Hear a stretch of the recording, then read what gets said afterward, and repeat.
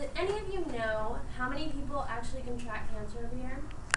According to the CDC's government website, they project that in 2015, 14 million people will learn that they've been diagnosed with cancer, and 8 million people will die of it this year.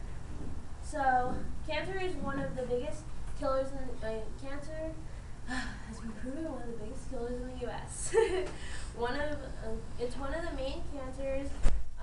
Is called multiple myeloma. It's number 2 of one of the most deadly blood cancers, right under leukemia and lymphoma.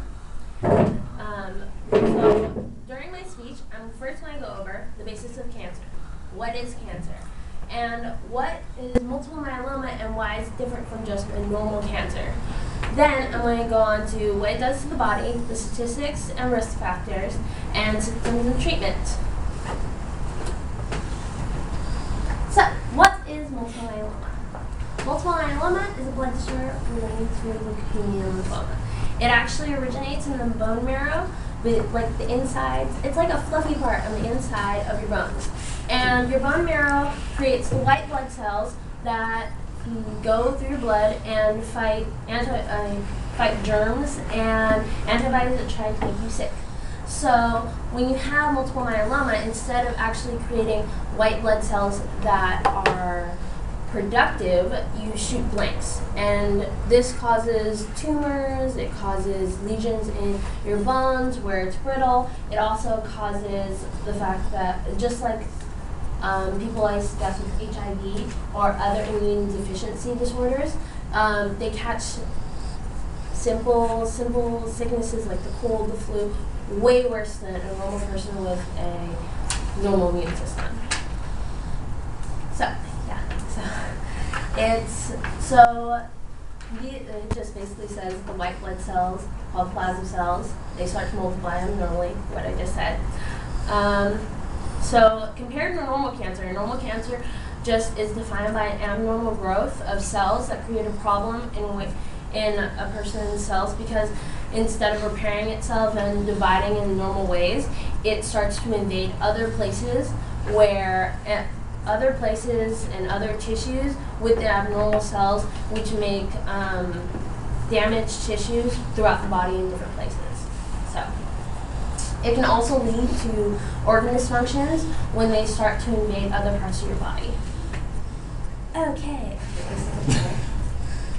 so these are the plasma cells, and then these are like the little antibodies I was talking about, and then they're attacking the germs, and then it just basically destroys the germ. So when you have multiple myeloma, these don't work. So the germ never kills itself, and the immune system can't work together. So,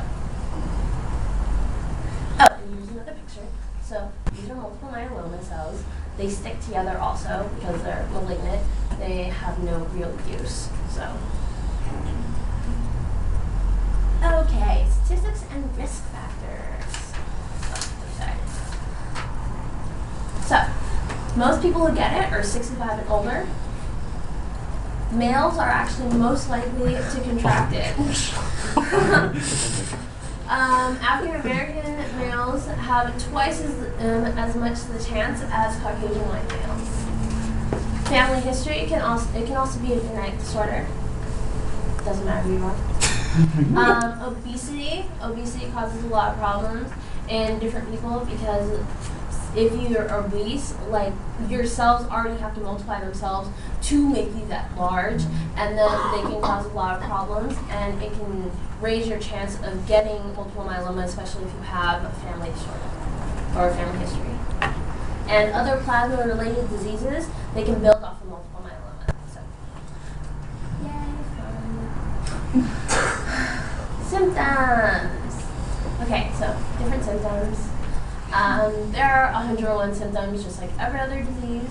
Most of the symptoms have to do with kidney failure, anemia, related fatigue, because it hurts a lot. Usually it starts like somewhere. It starts like in one lesion. So I actually know someone from my church, and his lesion was like in his leg right here. So it started to become brittle, and they actually noticed because It gets really brittle, and like I think he broke his leg.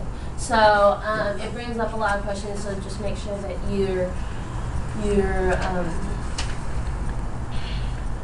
paying attention to your body and ask these questions when you go to the doctor.